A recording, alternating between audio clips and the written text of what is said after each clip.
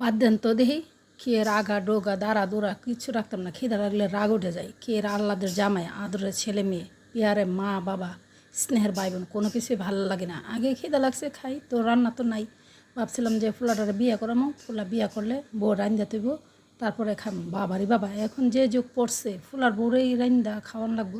এখন ফুলার এই জন্য রান্না শিখে ফেলাইতেছি। তো রান্না শিখ, বউ আসলে রান্দা দিস মাঝে মধ্যে। খিদা লাগলে তো বউর এমন রাগ উঠে যাবে।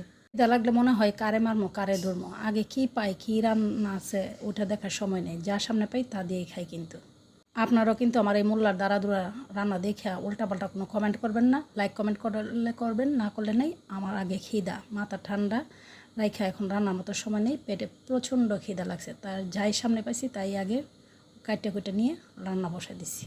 মূলাও তো কিনে আনছিলাম, দাঁড়া তো আর ফেলানো যাইব না। কিনা জিনিস ফেলাই লাভ কি? ঘরে 2টা বেগুনও আসছিল, এই আবি যাবি পাতা পোতা দিয়ে একটা শুটকি তরকারি রান্না করে ফেলাইতেছি। তাড়াতাড়ি খাওয়ার দরকার, আগে খাবো তারপরে আপনাদের সাথে কথা বলবো।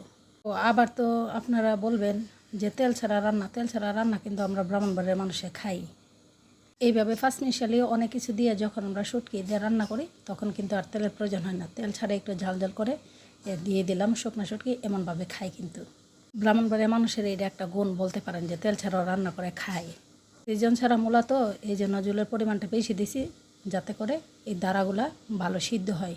তো সিদ্ধ হয়ে গেলে না হয়তো পুরা করতাম, এটা তেমন একটা পুরা রাখা যাবে না, না হয়তো মূলার যে দাঁড়াটা এটা খাওয়া যাবে না। মূলার দাঁড়াগুলো একটু নরম হওয়ার জন্য কিন্তু সাথে 2টা বেগুনও দিছি, একটা আলু দিছি, কাঁঠাল বিচিও দিছি, পুঁই শাক পাতাও দিছি। কোনো রকম করে তাড়াহুড়া করে রান্না করছি। এখন আগে ভাত খাই, তারপর আপনাদের সাথে কথা বলতে আবার ফিরে আসবো। কিন্তু এখন যাই, খুদা হাফেজ।